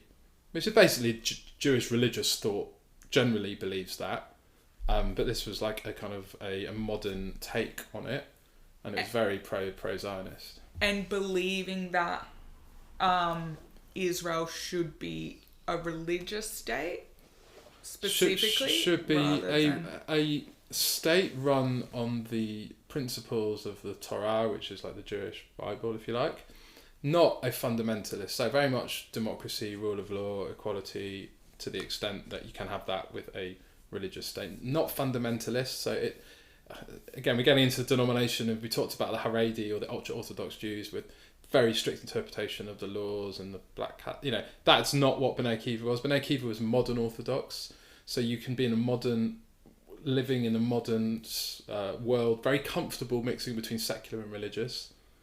Yes. Taking the best of both, so like having full education and full secular education, the sciences and the arts and everything like that, but also having a strong religious education as well. So they wouldn't like Israel as it is now, because Israel's... No, I'm well... Because someone explained that to me, one of my Jewish friends in New York was saying, again, about, because I was so interested in the Hasidic community, or maybe they're not Hasidic, but in Williamsburg. Yeah. And he got annoyed at me for asking him, because he's like, I'm not like those people. And he was saying some of those people, like, they don't agree with Israel because it's not religious enough. So it's not religious enough. So for the B'nai Akiva youth movement, modern Orthodox, Israel more or less philosophically is where it should be from a religious perspective. The ultra-Orthodox are not Zionist. A lot of them, again, you can't say the ultra-Orthodox. It's like more than 50%, I think. I mean, it's a huge part of the Jewish community. They have very different views. It's not homogenous at all. More than 50% globally. But the thing is, they have 27 children. Okay, I'm joking, but they have lots of children, and they're the ones who are keeping to the religion. Like, not lapsed Jews like me who I thought it's like a kind of it's like 10% in each. Well, do you remember? We had remember we had the chat the other night actually over dinner where we were talking about the stats. Can't quite remember, but it's a big percentage, and it's growing fast. Really? Yeah, and in Israel and America and the UK, I mean, it's not beyond the realms. In 100 years, it's going to be way the majority. Like because they keep to the religion, whereas like everyone else is lapsing, I guess, from that perspective. Okay, but so that would be the majority of religious Jewish people, but not of... Well, soon it'll be the majority of Jews, because the more Jews intermarry, the less the children become Jewish. It dilutes that way. Because they're not... If they have 10 children and they all marry Jewish and have Jewish kids, and everyone else has 0 to 1 or 2 children, and half of them don't marry Jewish, and then they don't have Jewish kids. The law of demography is that one's going to go one way and the other. So Israel will soon potentially be, and it already is, dominated very strongly in areas like Department of Education and things like that by the ultra-Orthodox. And there's a huge rift in Israel between the ultra-Orthodox Haredi Jews and the secular Jews in Israel. Massive rifts. Because that's a point about Judaism and why I really like it, how you can be Jewish but an atheist, so you can be culturally... Yeah, which is basically how I see it. But tell that to a fundamentalist Haredi living in Israel, and they would I'm a sinner, I'm a heathen, I'm worse than a Gentile because I'm a Jew who doesn't even... But that's like a lot of people in... Oh, because this friend in New York was also saying like a lot of his family members, like they were modern Orthodox, but like went to yeshiva, the Jewish university, properly kosher. That's B'nai Akiva, right? Exactly. You go to yeshiva, but you wear jeans. But he was saying the less the people who don't want to play, you're set up with a matchmaker, it's like you can't have sex before marriage, like, because within the modern Orthodox you have the most religious modern Orthodox and you have the least religious, and there's a massive range. So Israel is getting more and more, but it's a split between the religious and the secular in Israel, and the religious are split between different groups as well, and the secular are split between different groups. So he was saying those, because they are like very religious in New York. So he was saying the less religious people in their family who didn't want to, who wanted to eat bacon and not wait till marriage to have sex and whatever. They would then move to Israel where they could be more. That's true, but they could have moved to the Upper West Side as well. But or any other part of America where you can be much more progressive. But so in terms of the Zionists, then there are ultra-Orthodox Jews who hate the state of Israel, who align with like Palestinian terror groups, because they believe that the state of Israel is an abomination because it wasn't set up with the the Jewish first principle with the Torah biblical first principles. Because it's technically secular, right? It's even the technically secular. IDF, like I can join the IDF. Yeah, you can go and eat a bacon Jews. Big Mac on a Saturday whilst doing the most non-Jewish things you could possibly imagine in public in Israel, and Tel Aviv's the gay capital of the world. All of this stuff. Now there are big splits between Jerusalem and Tel Aviv and things like that. So Israel is not a fundamentalist country at all. It has lots of very strict people who do dominate certain political groups and who have control of certain ministries. So, for example, public transport. You can't get public transport in Israel on the Saturday, on the Sabbath. Not official public transport, buses and stuff. Now Really? they might have changed that more recently, but when I lived there, you couldn't get a bus on a Saturday in Israel. Huh. There was all this weird stuff, you couldn't farm pig in Israel. I met one guy who literally built a farm on stilts, and the pigs used to stand on the little stilts, so they weren't technically on the ground. They were off the ground, and he managed to bypass the laws of not pig farming in Israel. Crazy shit. And again, I might be a bit out of date with some of this now. The point is, there were lots of religious rules stuck in there, but it's a bit you can't get married secularly in Israel. If you want to get married not through the Jewish faith in Israel, you go to Cyprus. What? Really? Yeah. You can't get married Secular. in a church? I think you probably could in a church, but you have to have a religious Christian if wedding you're Christian, or an Islamic wedding. Yeah. But you can't have a secular humanist Interesting. wedding. Sorry, yeah. Yeah, Israel is incredibly tolerant of all other faiths, by the way, which is interesting. It's much easier to be Christian. One of the best countries in the world. This is controversial, but as a free secular Muslim, take aside issues of, but in terms of it is a comfortable place for all religions to exist. Yeah. Well, Jerusalem is the 4 quarters. Yeah, right? You have the Christian quarter, the Muslim quarter, Jewish quarter, and then the 4th one's so random, isn't it? Do you know? The Armenian, yeah, really interesting. The Armenians get a quarter. I mean, they got fucked over by Turkey and had a big massacre there, which is probably going to offend all of my Turkish. I actually got one Turkish friend, 2. But yeah, the Armenians they get a quarter of the old city of Jerusalem, which is kind of random. Well, not random if you study it, but interesting. Random point going back to you saying about having all the children. That's what one of my Australian Jewish friends told me at one point, where he was like, "Why do you want to know why Jewish people are smarter and more successful than Christian people in general, or why Jewish people are very successful business people in general and more intellectual?" Well, okay. Getting politically incorrect here. Yeah, tiny bit, but it's all right. Well, who? Yeah. Okay. Yeah, what did he say though? No, but okay, Jewish people are generally very there's data to. Yeah. No. Actually. But then it gets into. I'm going to be the woke one. Can I be the woke one for once? Because I'm normally the unwoke one with all my. Well, that's not true. But depending on my friend groups, I'm either woke or unwoke. If the younger ones, I'm compared to my older friends who are my age from school, they look at me. I'm like a sort of borderline Greta Thunberg. Whereas if I hang out with a lot of my friends who are in their 20s and 30s, obviously my views are a bit more, so it's funny. But I'm sorry, finish off what you're saying and then we can unpack that. Well, I don't know if it's more a joke or how much. Yeah, but go on. But he's saying because traditionally the rabbi is the smartest person in the community and the priest is the smartest. So this is comparing Jewish people to Christian people. So the rabbis are smarter than the priests or something? No. So the rabbi is encouraged to have 20 children. Yeah, whereas the priest can't have children. Yeah. Or at least I would definitely question the rabbi being the smarter one. I would absolutely. But okay, so there's a couple of things there. The reason why I bristled a bit is and this is interesting. There's all the anti-Semitism with Hollywood. Not all Jews are clever. Not all Jews are rich. Not all Jews are, there's this kind of a bit of a joke where got 2 Jewish guys. I'm going to tell this joke badly, but the message is there. One's reading the Jewish Chronicle, which is the Jewish daily weekly newspaper in the UK, and it's oh my God, it's so terrible being Jewish. I mean, there's anti-Semitism. I mean, this synagogue got firebombed, and this politician has said something anti-Semitic, and this TV presenter has said something, and oh my God, it sucks to be Jewish. Everyone hates us. And he's like, what are you talking about? The other guy's reading the Times. He's like, we control the media, we control finance, we control politics, we're all rich, it's fucking brilliant being Jewish. And, you know, ultimately the stereotypes are there. Jews are disproportionately successful based on their number. That's a fact.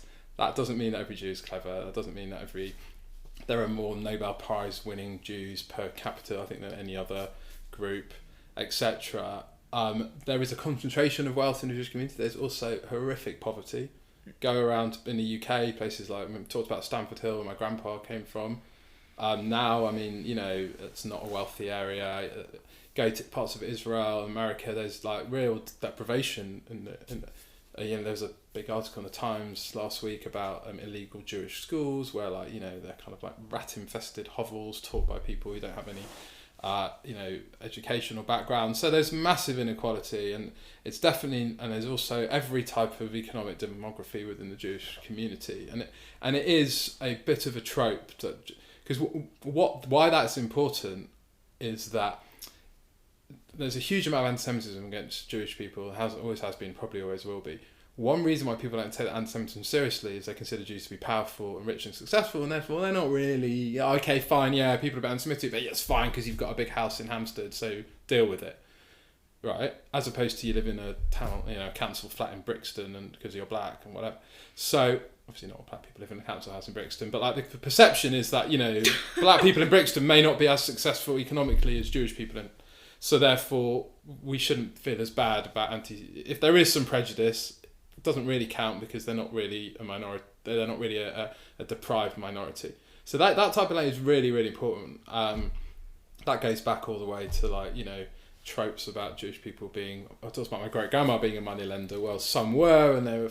Anyway, all that said, there's a very interesting book about this, by the way. If people want to read "Jews Don't Count" by David Baddiel.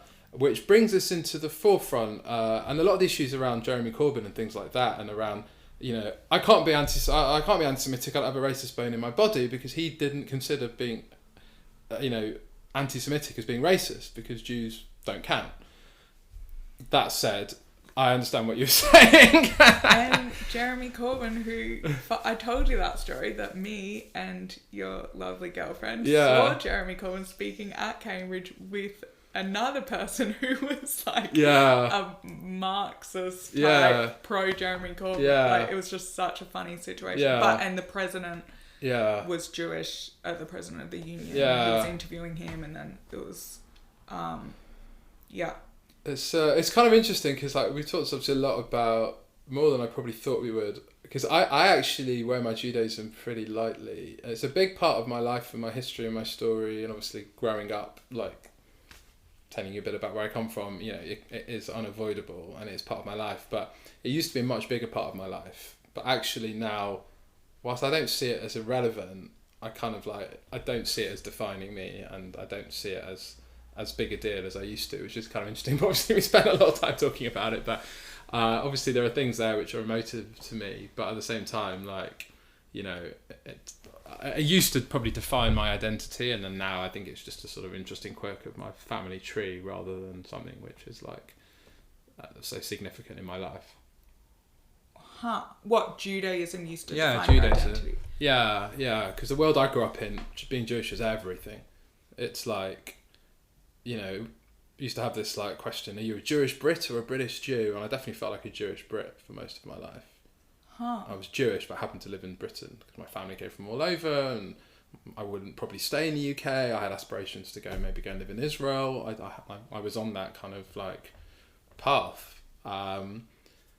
Less so now at all. I'm a little bit almost disillusioned, if you like, with the whole Jewish community I brought up in. It's insular ideals. It's you know, narrow-mindedness. It's the straitjacket it can put on people, even in a small, not even in an ultra-orthodox.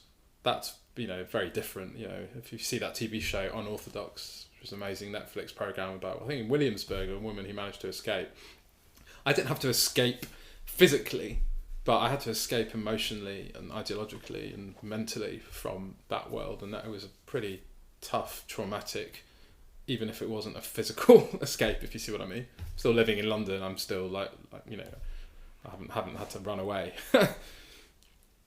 Okay, I have so many questions about that. But first, I just wanted to say that because I just didn't necessarily want this conversation to almost feel like my Judaism. Maybe I'm a bit prickly about it because I have tried to break away from that, and I was just thinking the more I'm talking about it, the more it feels like it is a disproportionate part of my life today, even if it has been a big part of my life thus far. Okay. Yeah, but we've barely got into your life, which is why. Okay. Yeah, which is probably fair in that sense because until that point, Judaism was a big part of my life. Yeah. Well, I guess we're more just Well, we only really. Oh no, we did get up to Manchester High School, and then we're kind of like. But okay, two things. One, to clarify to the audience, when I was laughing before, badly timed, when you were talking about people living in council flats in Brixton, that is not what I was laughing at. Okay. That's been on your mind, has it?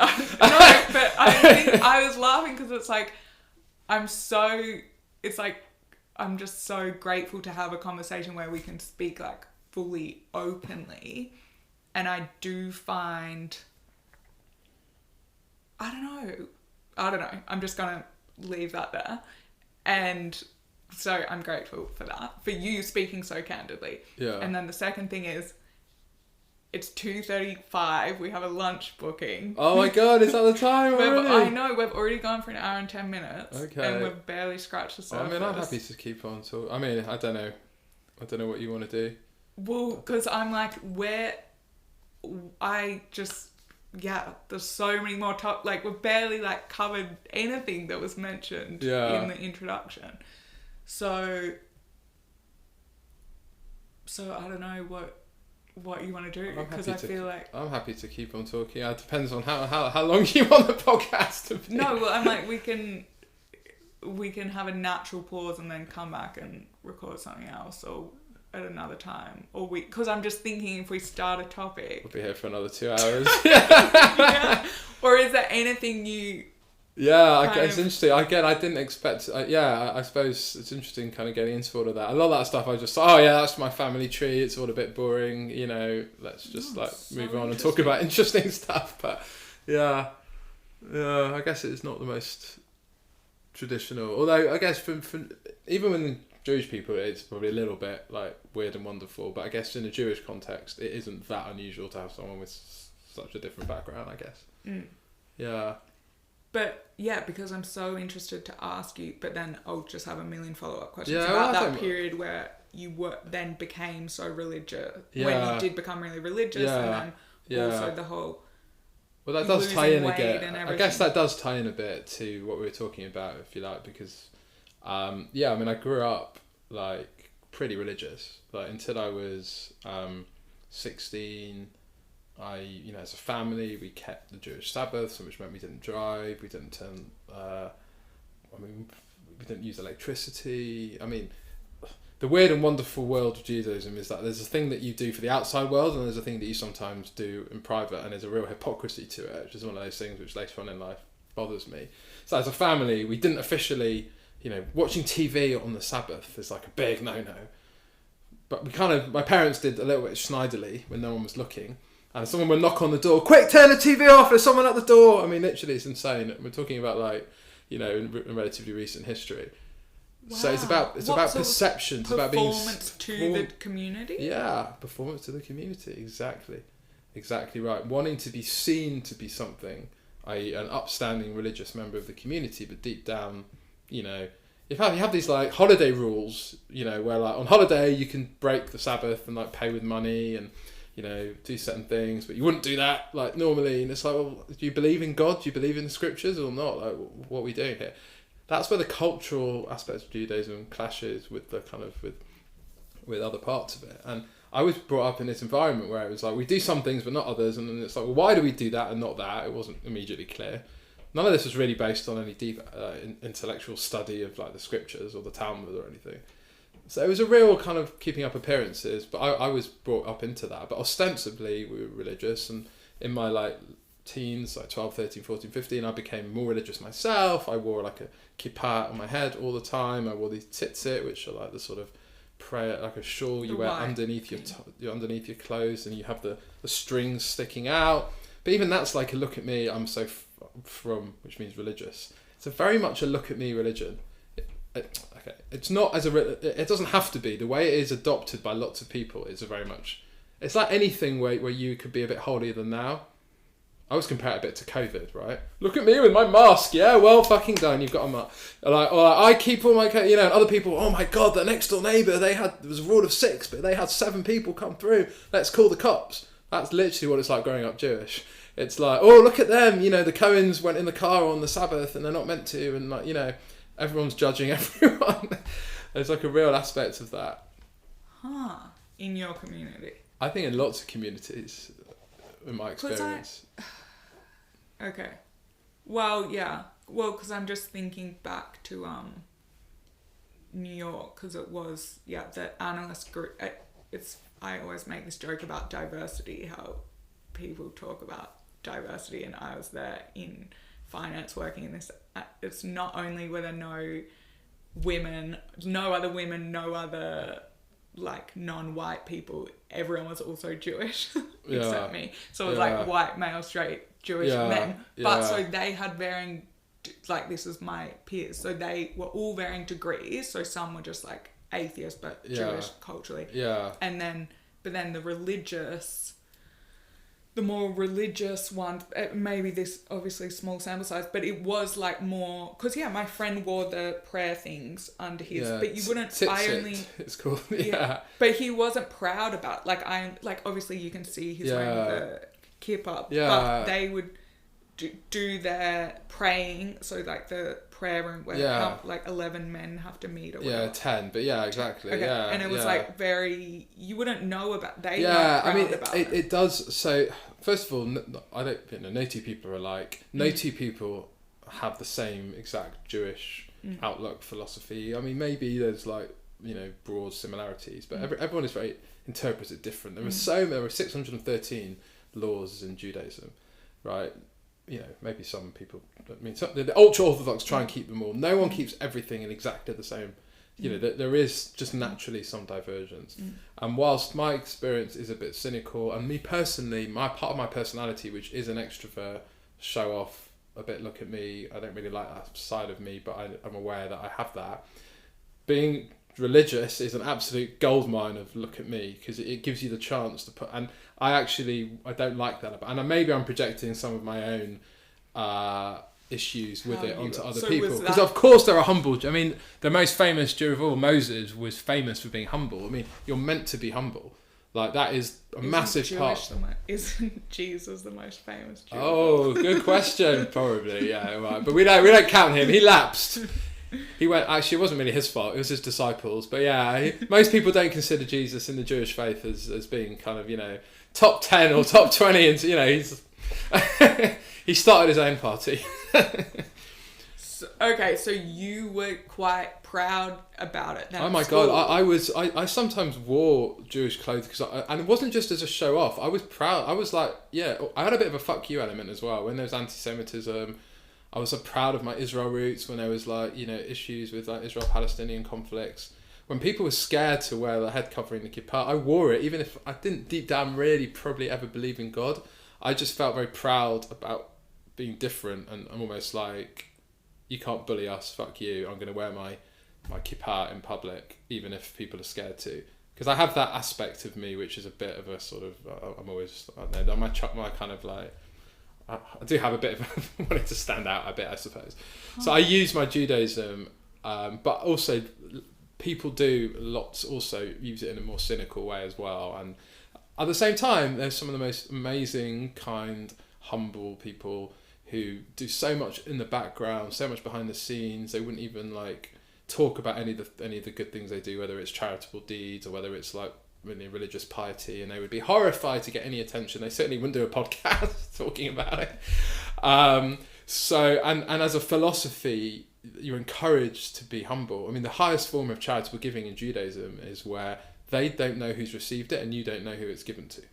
It's not sticking your name on a hospital in New York City, right? That's great, wonderful. But if you donated anonymously and it was received and given anonymously, that is considered. So there's a very difference between Jewish core principles, some of which I really do abide, and the kind of, I guess, the flawed human interpretation and adaptation of those, which a lot of which I can't abide. Human nature often gets in the way. Yeah, and that can be for anything, right? It can be Absolutely. for, I mean, again, with Izzy, we taught at Cambridge, this was a thing with being vegan, how it was like... Exactly. It's the same shit. COVID, vegan, environmentalism, virtue signal, holier than thou.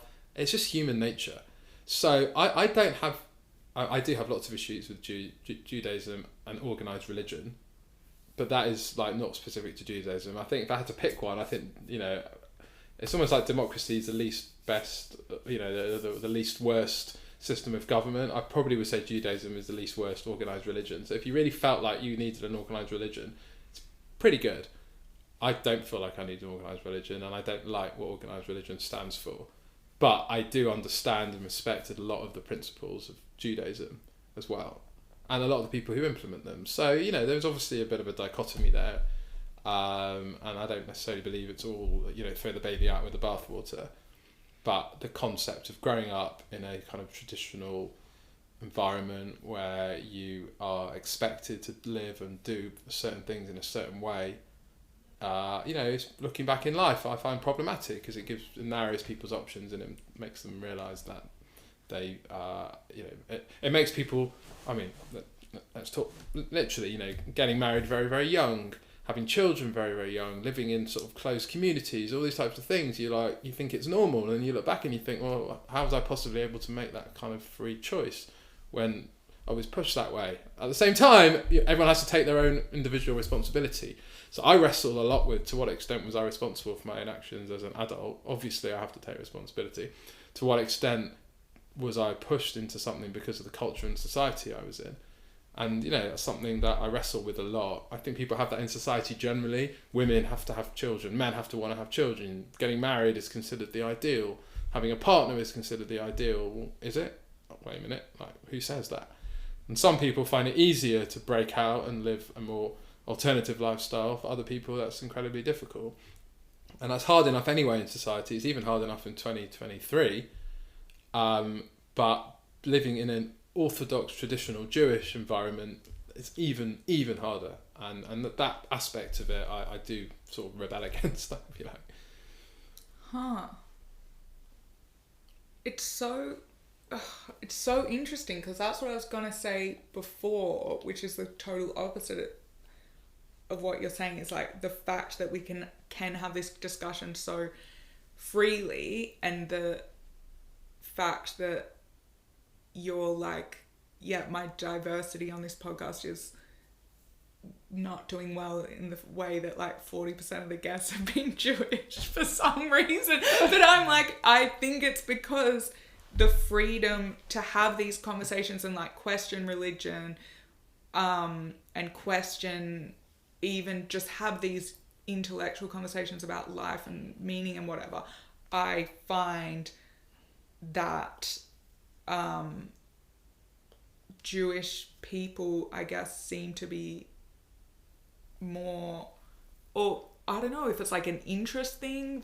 I think it's possibly one of those like self-selecting pool. I think by nature of how you are, obviously, we haven't known each other a long time, but getting to know each other like reasonably well, and hopefully get to know each other even better. But I think probably like if you were to go out into the Jewish population as a whole and pick a complete random sample, or indeed actually more of a targeted sample, someone from an ultra-Orthodox Hasidic, someone from an ultra-Orthodox traditional, someone from a Sephardi, Ashkenazi, old, young, you probably have a much wider spread. I think possibly just by nature of age, Cambridge Uni, living in London, you're going to attract probably people who maybe have whilst not an entirely similar outlook, probably not as diverse as you get across the spectrum of Judaism. So I've got lots of Jewish people who would sit here and be horrified by what I'm saying. Others would think like, something completely different. If you had someone from a more traditional background, they might be like, yeah, but the family is so important, and like keeping the Jewish principles is critical, and we're a small faith and everyone's trying to kill us, so we have to stick together, and how can you even think about marrying someone who's not Jewish or growing up and not Jewish, and like Jewish laws is the most important thing in my life. a whole range of things from cultural people. How could you possibly not have a Passover Seder? What's wrong with you? Versus like, how could you even think about ripping a piece of toilet paper on the Sabbath? Because that's not allowed. Wait, why can't you rip toilet paper? You can't rip on the Sabbath. You can't tear. So you have to have prepared So toilet. I shit you not, when I was going through like various religious phases of my life, and like in my 30s, I kind of like discovered it again, and I went a bit like mental religious. My wife, like, still technically my wife, but we're now separated. I mean, like she's traditional and she's quite religious, but she thought I was a fucking nut job, which I probably was. I used to, on a Friday before it got dark, literally go around the house ripping toilet paper so that I had something to wipe my ass with, because you can't rip toilet paper. Now, if you're smart, you buy the pre-ripped rolls from Tesco. You can buy pre-ripped? You can buy pre-ripped. Basically, well, no, it's just like tissues, but it's like toilet paper vibes. Honestly, you don't even want to know the level of minutiae that you go into. Ripping a toilet paper. No, an ultra-orthodox person, if they ripped a piece of toilet paper on Shabbat, they would literally think they'd go to hell if they did it on purpose. Yeah, so I like they would. If I ripped a piece of toilet paper in front of thousands of Jews, they would literally go mental. Like, you can't even imagine. Yeah, well, I would be interested in getting someone on to. I have a friend from Cambridge who's from an ultra orthodox background. So Yeah, I'll see I've got a few friends I could. Yeah, would they do the podcast and talk? One probably would. Yeah, someone I used to work with. But then that's also not doing well for my diversity. No, but at least it's diversity in the Jew. Yeah, you can have a Jew. We all know, Delia, you're an honorary Jewess. So, yeah. Anyway, it's interesting, but yeah. So and like and they will say different things. Some would say, well, you know, you do you and me do me, and I believe living this way is important. I believe in God, and I believe in the literal word of, you know, how it was passed down, or it's not entirely literal, because actually Orthodox Jews don't believe the Bible's literal, but we can get into that another time. Like, they believe it as an interpretation of it based on the Talmud. So not everything in the Bible is literal. Some things are. It doesn't say thou shalt not rip toilet paper. It says rest on the seventh day. Yeah. And that is taken to mean there are 39 things that you can't do on the Sabbath. Including carrying. Carrying's the one I find Yeah, but again, it doesn't even, some of these ones don't even specify. There are thousands of pages of the Talmud dedicated to interpreting the laws of Sabbath. Hundreds, maybe thousands. Did you learn all this then in your really religious period in your 30s? Yeah, I went out of my way. But I kind of did it partly because I like studying and I like learning. I also did it because I'm a bit of a show-off. And I enjoyed knowing a bit more about this stuff than other people, which is like something I could admit, but at the time didn't see, which is one reason why I'm a bit uncomfortable. You know, as I said, that aspect of it about, you know, knowing a bit more, it's a bit like a lawyer who knows the law better and uses it to show off a little bit. But I was interested as well, but I also kind of liked the idea of knowing a bit more than maybe the average. So how are you showing off now in your... I'm doing a podcast here, that's how. No, but have you kind of got that out of your system? No, maybe not. I think I'm always an extrovert. How do I show off my life now? You mean if I don't in a religious way? Because as in a toxic way, because I haven't seen... No, I'm a bit hard on myself about this sometimes, but I haven't noticed you acting like a superior person. Okay, so it's interesting. There's showing off and there's superior, and the two aren't the same. And one thing I work quite hard to do is notice aspects of my psyche that can lend themselves to that superiority side, which I don't like and I don't find comfortable in myself. And that's often, you know, as with Ember, it's to, you know, there's insecurities in there. You do a bunch of therapy, you get to 42 years old, you learn a bit about yourself, you understand bits of yourself that you don't like and how you can change and how you got there and things like that. So yeah, I have worked hard and I don't think I have too much of that side of me anymore. And where I have had it, I've understood it and I've tried to deal with it to the extent I can. I'll channel it in a more fun way, you know, and therefore I do have an extrovert side to me, which rather than like being embarrassed about, I kind of own. You know, come out with me and Izzy on a Friday night to a nightclub and you might see our more extrovert side come out in terms of some of the clothes we wear and things like that. Obviously aspects of social media and Instagram and, you know, things like that. At Marc Cohen PR. on my Instagram. But no, like, but the kind of the religious bit really brought out that superiority bit, and was it me or was it the religion? You know, it's a bit of both. Definitely my personality, but yeah, I've tried to sort of kick that aspect out of my life, and I think it was really mainly shown in that regard. I don't know why more than others. Maybe because I went out of my way I probably knew disproportionately more in my social group about Judaism and Jewish law than, let's say, I did about like history or about like, you know, politics or whatever. So maybe that was something I could like feel like now me compared to other people who spent 2, 3, 5 years in a yeshiva in a Jewish seminary, I would be like the ignoramus in the room, you know. So, but again, it's all relative. But I did use my Judaism a little bit in that way. But now what you're talking about is more expressing yourself, which is totally different. Well, that's exactly. like me doing this podcast as a way of expressing. Exactly. It's not like I'm better than someone because I'm doing a podcast. I've learned the difference, I guess, as part of myself, and my Jewish practice lent a bit more to the superiority and not my expressing myself, because I wasn't really who I was. It was a bit of a show. Whereas now when I express myself, absolutely, whether it's doing a podcast, whether it's being creative, or like people are performing or whatever they might do. I mean, I do public speaking as part of my work, like LinkedIn activities and things like, you know, all of that stuff about there's a balance between healthy self-promotion and healthy promotion for a good reason, and also just expressing yourself and just doing something you like, versus doing something that's a bit maybe done for superiority reasons, I guess. And so with dressing, are you... Yeah, because I guess there's a difference as well when you see someone walking down the street. It can be like a fuck you, I'm dressed like this too. Because I want everyone to see that I'm different and I reject society, versus someone who's just like, oh, I'm like into really dressing. I like having a tattoo on my forehead because I think it's a beautiful art and whatever, versus like anyone can do one thing in the motivation. And the reality is there's often a mixture of these things, and people don't do things for one reason alone. There can be elements of it, and only an individual can understand their drivers. But I wasn't and maybe they can't understand. Well, maybe only each individual has the capacity to, at least theoretically, understand. Deep into their psyche. Exactly. But yeah, that was like certainly one aspect of the Judaism that I practiced. Other parts of it were just I was expected to do that. It was part of. I didn't think there was anything else to do, if you like. I also thought it would make me a better person, actually, as well. I mean, when I rediscovered orthodox Judaism later on in life again, because I went through phases of it.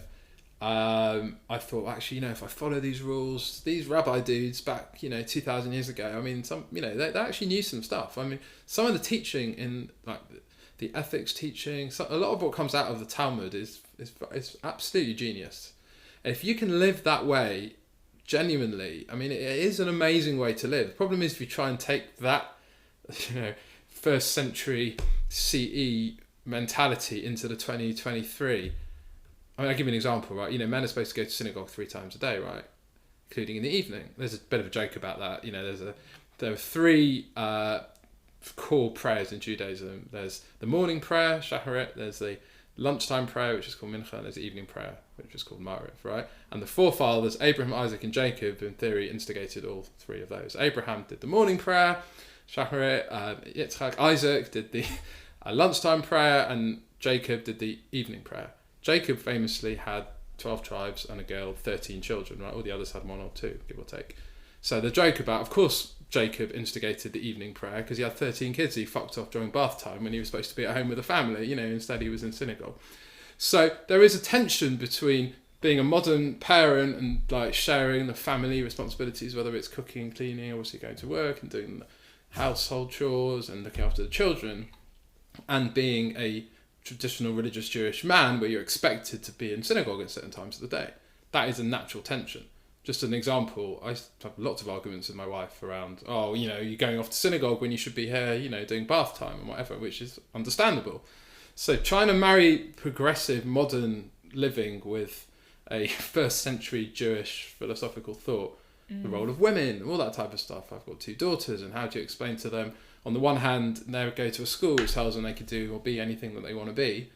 On the other hand, they have to sit, the back of the synagogue, and they're not allowed to participate in in daily prayers. They're not allowed to lead a service. They're not allowed to do all these types of things within a synagogue environment. And this is 2023 in central London. They go to school, a posh Hampstead girls' independent school, where they're literally told they could be anything is open to you, anything and everything. And they have an amazing kind of like feminist, modern, progressive, like good balance as well with the sort of progressive and traditional culture. Really great school. And kids go from that school and they do amazing things. They found companies, they invent stuff, and they do anything anyone could possibly imagine. On a Saturday, they have to sit with the women and not the men. On Saturday, they have to watch boys go and receive like the prayers from the Torah at the front. They can't go. On Saturday, they have to watch the 13-year-old boys go and stand up and do things, and they can't do that. You know, they're in a borderline apartheid on a Saturday, religious. And apartheid might be a loaded word, so a segregated religious lifestyle where women have different rights and fewer than men, but the rest of the week they're expected to go off and be the prime minister if they want. How do you marry those two? Okay, so that's interesting because a religious friend was explaining to me how, because it is so in Judaism it's like the men have to do the prayers and and he was saying, so the men in this religious community, the men go and do the religious study. Yeah, men do religious stuff. And there's like men devoting their lives to religious study. And so he was saying in how it plays out for some of the people he knows in New York is like it's an ultra kind of feminist relationship because the woman is off like working on Wall Street earning tons of money and the man's at home studying the Torah. That's interesting. So if you go into this again, this is all very different. And by the way, you'll have modern Orthodox religious people, women probably screaming at the podcast if they listen to it. Maybe they do, maybe not. And I've had like arguments about this with my sister-in-law who is very religious, and she's like, I don't want to do prayers in synagogue. Why do you think just because it's a traditional man's job that I want to do that, right? Who says I want to do that? I love looking after my children. I love cooking the Shabbat meal. I love making the home. That's what I want to do. I don't want to have to go to synagogue at 8 in the morning. Why are you forcing me to go to synagogue at 8 in the morning? Why do you think I'm disadvantaged? I don't think I'm disadvantaged. I'm proud to be a traditional Jewish woman, and I'm proud to cover my hair, and I'm proud to not do all these things, and I want to do that. It's a bit like, women, Muslim women with a hijab. Like, progressive might say, well, they're disadvantaged, and it's like terrible, and they have to stand behind the men if they're walking down the street in Saudi Arabia, and they're not allowed to drive, or they have to cover their hair. But you have thousands, millions of Muslim women say, well, we choose to do this. So obviously there's an interesting thing about, I hear a man telling a woman what she should or shouldn't want to do has its own massive problems. So I anyone who wants to live a certain way, great. But I guess, when you have children and when you think about what makes sense to you, there is a real feeling of an unfair divide there, in my personal opinion. When you then take it into an ultra-Orthodox extreme, where men spend all day studying, then yes, someone has to work, right? So they rely on either charity, and by the way, I'd like to see how many ultra-successful Haredi women there are on Wall Street, because there won't be many, right? There may be one or two. But ultimately, yes, women have the ability, and in fact encouraged to go out and work, right?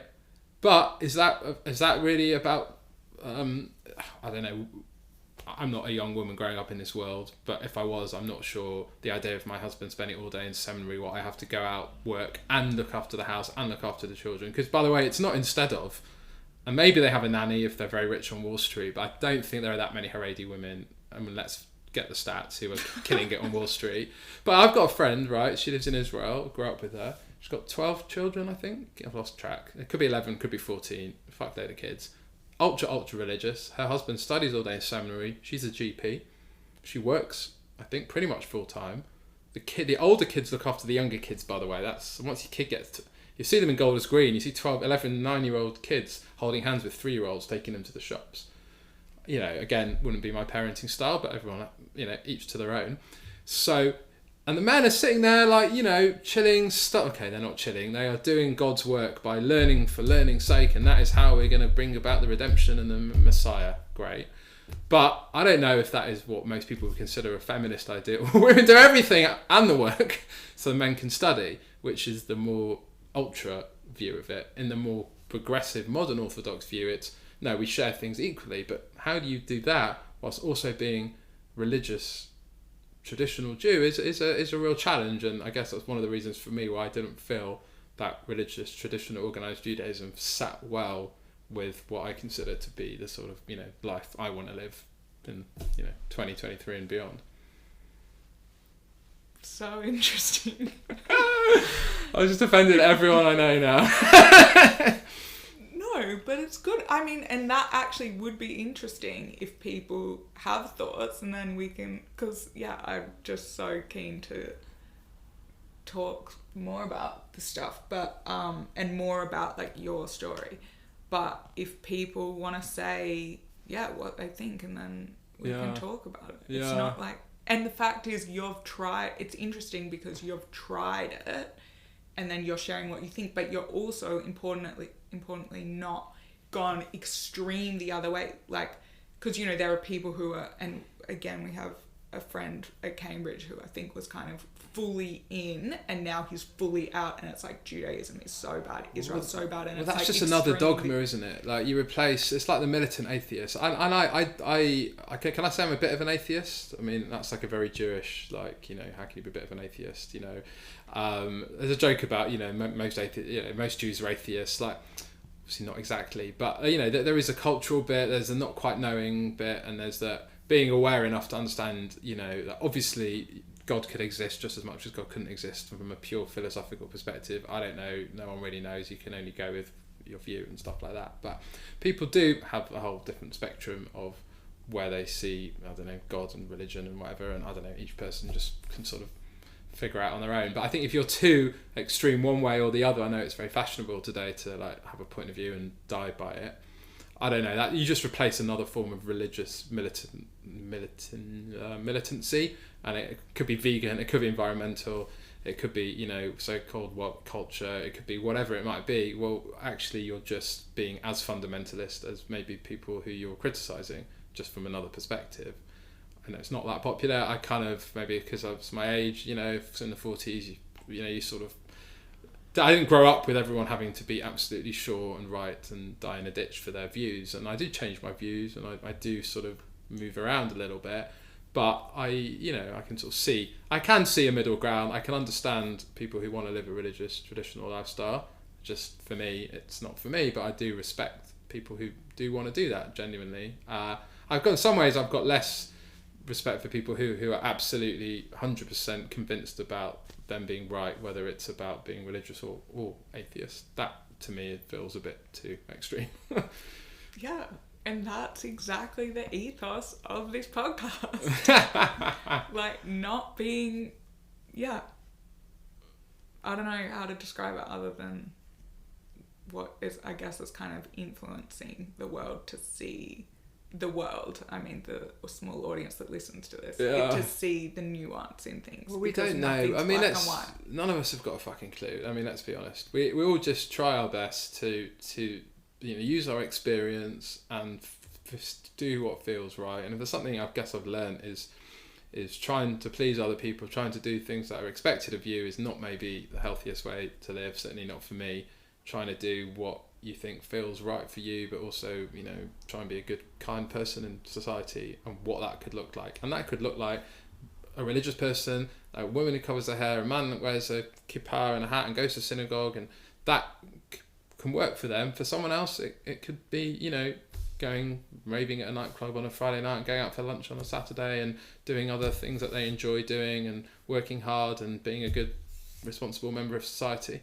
Or just being just being plain old average in the middle and just doing what feels good and what feels right, but doing something that I guess is authentic and true to what you really believe and feel, not doing something that you think you have to do because of the friend group you're in or the family you come from.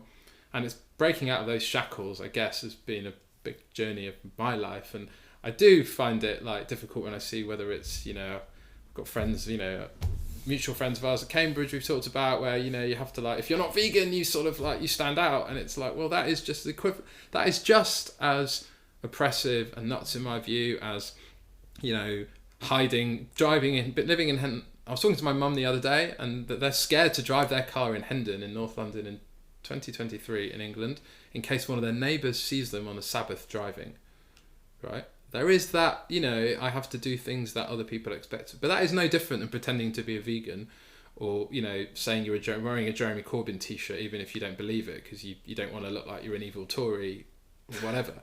It's just the same type of psyche moved to another context. And I think if people, this is maybe a bit like utopian, but if people could just be honest with what they actually believed and felt, and just try to be kind and accepting of other people, we'd all be a bit happier, and I think we'll all get on a bit better, and some of the problems in the world may still get fixed without everyone being mean to each other and trying to box each other in. Yes, amazing. Okay, can I ask you, on that note, the last 3 questions, because they're kind of, the last question ties in with that. Yeah, cool. Unless there's anything you want to say before we wrap up. I'll probably say much, but let's leave it. We'll have part 2. Okay, so first question is there a practice you do to stay grounded? Wow, that's a great question. So a practice I do to stay grounded. Or how do you stay grounded? I don't know. So I'm naturally very self-critical, and whilst I am an extrovert and I do come across having a lot of confidence, I do doubt and question myself a lot. So actually, if I tune into myself and what I really feel, that's how I stay grounded, because actually deep down I was terrified to come on this podcast, by the way.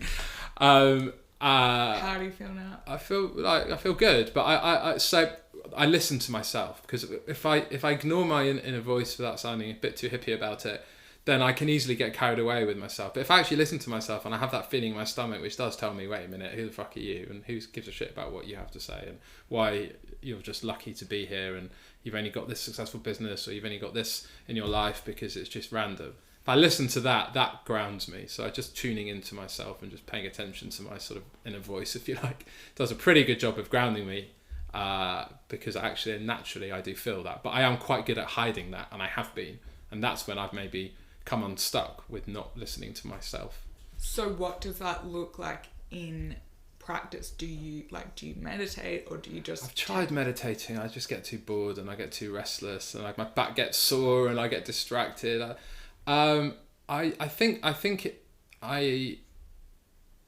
it's more just awareness. It's just being awareness. It's finding still moments. So often, I'm a bit of an early riser, but on a Saturday I may not get out of bed straight away. I'll lie in bed for sometimes half an hour. It's not meditating, but I'm thinking, and that's when I can really listen to myself. I journal as well. If I have uncomfortable feelings, I write them down, and then by that expression of journalism, by listening to my sort of inner voice of myself when I'm still moments. If I go for a jog or a run, I never listen to music. I always have quiet so I can hear myself. Probably those 3 things. Lying in bed on a Saturday morning, journaling, or going for a run is the time when I can allow myself some space to sort of notice that inner voice in me which says, Mark, you're fucking useless, which I do have, and I'm like, no, I'm not. If I do that grounds me pretty well. There's nothing worse than your own self-doubt nothing better than your own self-doubt to actually ground you a little bit, and that's I think what I've learned to do. That's so interesting, because I feel like with me and dealing with depression, it's maybe an extreme version of that. It's I have so much self-criticism that it actually pulls me way under, and so it's the opposite, that I have to practice self-compassion and more no, Dilly, you're not totally useless. I can see it, because I've definitely got friends who have those feelings but who are deeper into it. And I think I have those tendencies, but for some reason, luck or whatever, it's there almost in just about a healthy way where I can use it and channel it. In the past, unfortunately, what I've done is I've blocked out that voice, not wanting to feel it, and doing things that chasing, so-called highs, chasing happiness, chasing short-term pleasure, doing things to feel good, to ignore any feelings of self-doubt. So that for me is more destructive. And I've been through cycles of that in my life. When I actually just think, okay, you've got that in you, use it, channel it, listen to it, I'm only just literally thinking of this now as I'm talking to you. No one's ever asked me that. I've never thought of that question before. But I think that's what I've kind of learnt to do with a mixture of therapy when I've been in therapy to understand myself a bit better. And also now it's become a bit of second nature. I think that's how I've able to, I guess, try and take the best bits of my personality, which is the maybe extrovert, more confident aspect of it, but also use the doubt to ground me, to stop me being a dick and make me feel a little bit more of this type of person that I kind of want to be. Amazing. Okay, next question. Is there a book? I'm thinking, are you going to say the Torah? Just kidding. Is there a book that's had the biggest influence on your life? Yeah, okay, so if you'd asked me when I was religious, I would have said anything by Jonathan Sacks. Which is, if you really want to really learn about Judaism and religion, it's a very interesting. Any of those books, Not in My Name, or there's a bunch of really good. There's one about, I can't remember. It's got green and a yellow cover. It's about science and religion. It was written in contrast to Dawkins. What's his name? Richard Dawkins' book around very critical about God. Forgotten the name of that one as well. But he has a few. Yeah, there's one famous one he wrote. Anyway, anything by Jonathan Sacks, but that isn't what I'm going to say. Probably because I'm definitely on the more secularist humanist side. Anything by Yuval Noah Harari. Those books really. Sapiens. Who is Jewish Israeli. Probably the one that influenced me the most was the third one. 12 questions. 20 questions. 21 questions for the 21st century. Something like that. Yeah. Which is very interesting because you've got this sort of Jewish thought, because there is a Jewish thinking aspect of it there, but also very interesting sort of philosophy from a sort of more humanist, secular perspective. Okay. Yeah, it'd be interesting. Well, they're good companion pieces. His relationship is with religion because he's a gay Israeli. Israeli. One of the things I love, one of the things most influenced me about what he said about Judaism, anyway, we're definitely running out of time, was like, hold on a minute, like, as Jews we're told, like, we think everything involves around Judaism. We think that Israel's the most important place in the world, being Jewish. He's like, we're just a small group of people. Yeah, we've been disproportionately successful and there's lots of Nobel Peace Prizes, brilliant, well done. But actually, in the flicker of humanity, you and your Judaism is really just a very small part of a much bigger picture. Stand back, have a wider lens, be religious, don't be religious, revel in your Judaism, don't, but understand that in the context of society and your place as a whole. Not quite, we're just specks of dust and we're irrelevant in a sort of like nihilistic verse. But like, yeah, your Judaism is there and that's cool, but, look at things in the much bigger picture in the round.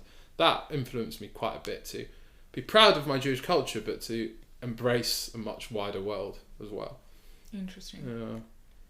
Yeah, he's had a few mentions on this podcast, but not about that. More about Sapiens, people liking Sapiens, but then it's like there's this controversy about Sapiens when apparently it's like all rubbish because he's from an academic perspective. And the history bit I enjoy, but I kind of liked his philosophy, maybe because he's a secular lapsed Jew, a bit like me.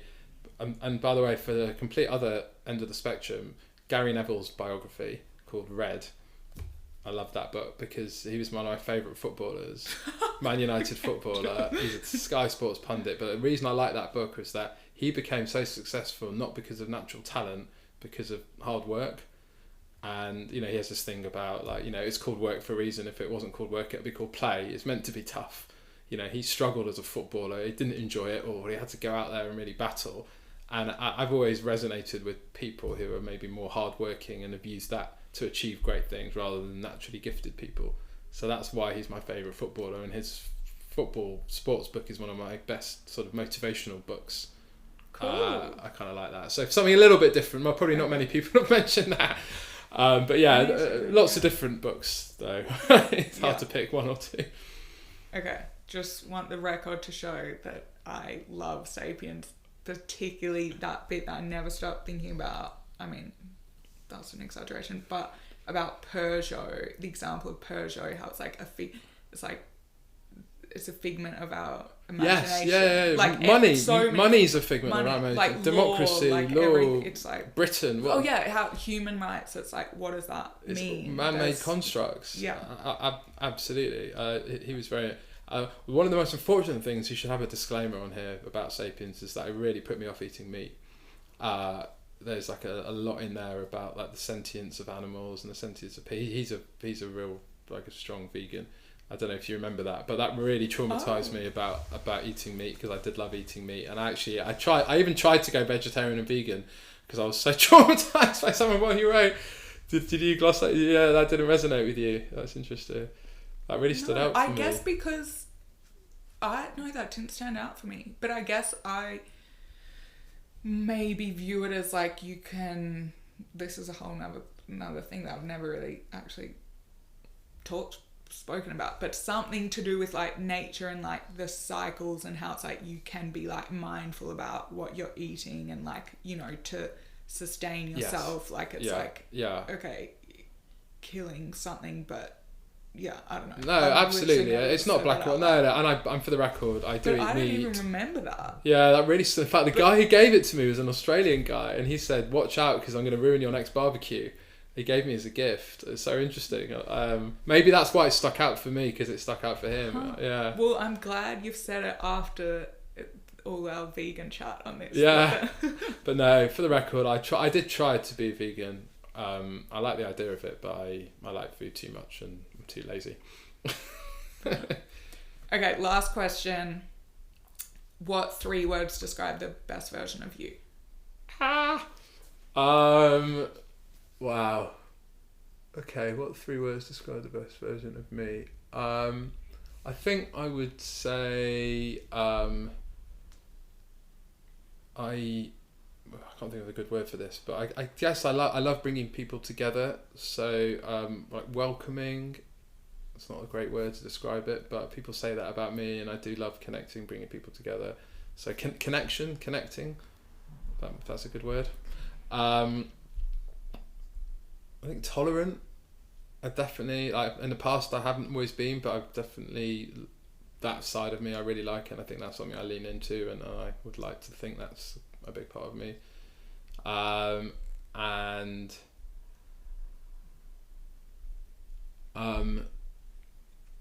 It's so difficult. I want to say fun, but that sounds lame, but I do think that's, but I probably more like iconoclastic. Like I like. What does that word mean? Like breaking shit. Like thinking how my view of like organised religion. If there's a tour group, I want to be not on it. I like to be just like a little bit different. So just like, and that isn't always a great thing about me, but actually, it's individualistic is probably the better word. I think that's, and I don't know if that's a good thing, but that it does get to the core of a lot of what I am, which is why I do struggle with a lot of organised things. So yeah. But then maybe it complements your first word, which is about bringing people together. Yeah, because I like bringing people together, but in an organic way. I love connecting people. One of my favourite things is to like, you got to meet this one, and people do say that about me, and I think that, you know, people do enjoy that aspect. I mean, the job I do, and in terms of public relations, is all about bringing people together, and that is definitely a kind of a big part of it. But at the same time, I anything which is too organised, too formal, I kind of bristle at. And I do like to be a bit like separate from that, and I suppose encourage that in other people as well. So yeah, like so much of me, you could probably say Gemini, because I am a contradiction, and you know my star sign. Everyone says you're such a Gemini, and like, you know, that's interesting how I can have 2 contradictory things, but I do have that in me as well. I'm a Gemini too. Yeah, all the best people. Apart from everyone else. No, Geminis are the best. Alright. Until next time. Until next time. Thank you so much. Thank you.